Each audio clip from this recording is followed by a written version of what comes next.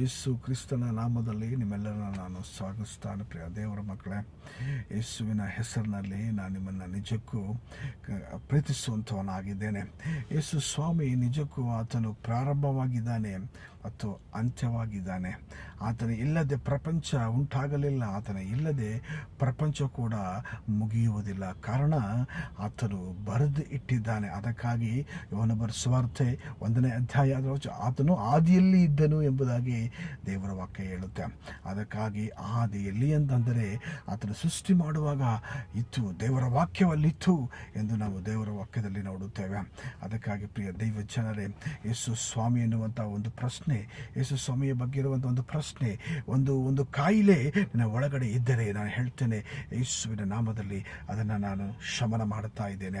ಒಂದು ಪ್ರಶ್ನೆ ಎನ್ನುವಂಥದ್ದು, ಒಂದು ಅನುಮಾನ ಎನ್ನುವಂಥದ್ದು, ಒಂದು ರೋಗ, ಆ ಅನುಮಾನದ ರೋಗ ಎನ್ನುವಂಥದ್ದು, ಅದನ್ನು ನಾನು ಯೇಸುವಿನ ನಾಮದಲ್ಲಿ ನಿನ್ನನ್ನು ನಾನು ಶುದ್ಧಿ ಮಾಡುತ್ತಾ ಇದ್ದೇನೆ ಎಂಬುದಾಗಿ ನಾನು ಇವತ್ತು ಹೇಳಲಿಕ್ಕೆ ಬಯಸುವಂಥವನಾಗಿದ್ದೇನೆ.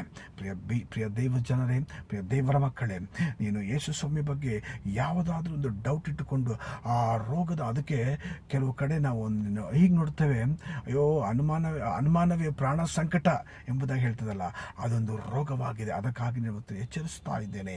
ನಿನಗೆ ಅನುಮಾನದ ಒಂದು ಪ್ರಾಣ ಸಂಕಟ ಇದ್ದರೆ ನಾನು ಹೇಳುತ್ತಾ ಇದ್ದೇನೆ, ಯೇಸುವಿನ ನಾಮದಲ್ಲಿ ಅದು ನಿನಗೆ ಗುಣವಾಗಲಿ ಎಂದು ನಾನು ಪ್ರಾರ್ಥಿಸ್ತವನಾಗಿದ್ದೇನೆ. ಹಲ್ಲೆಲೂಯಾ, ಸ್ತೋತ್ರ. ಅದಕ್ಕಾಗಿ ಯೇಸು ಸ್ವಾಮಿ ಆ ಆದಿಯಲ್ಲಿದ್ದಂಥ ಯೇಸು ಸ್ವಾಮಿಯನ್ನು ನಿನಗೆ ಪ್ರಕಟಿಸುವಾಗ, ಯೇಸು ಸ್ವಾಮಿಯನ್ನು ಹೇಳುವಾಗ ನೀನು ನಿಜಕ್ಕೂ ಕರ್ತನ ಆ ಒಂದು ಆಶೀರ್ವಾದದಲ್ಲಿ ನೀನು ಸೇರುವಂಥವನಾಗಿದ್ದೀಯ. ಆ ಕರ್ತನ ಆಶೀರ್ವಾದದಲ್ಲಿ ನೀನು ಬರುವಂಥವನಾಗಿದ್ದೀಯ ಪ್ರಿಯ ದೇವ ಮಕ್ಕಳೇ. ಅದಕ್ಕಾಗಿ ನೀನು ಮಾಡಬೇಕಾಗಿರೋದು ಕಾರ್ಯ ಏನು ಗೊತ್ತಾ?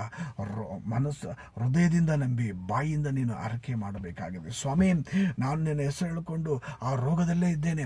ಸ್ವಾಮಿ, ನಾನು ನಿನ್ನ ಹೆಸರು ಹೇಳಿಕೊಂಡು ಆ ಒಂದು ಅನುಮಾನದಲ್ಲಿ ಇದ್ದೇನೆ.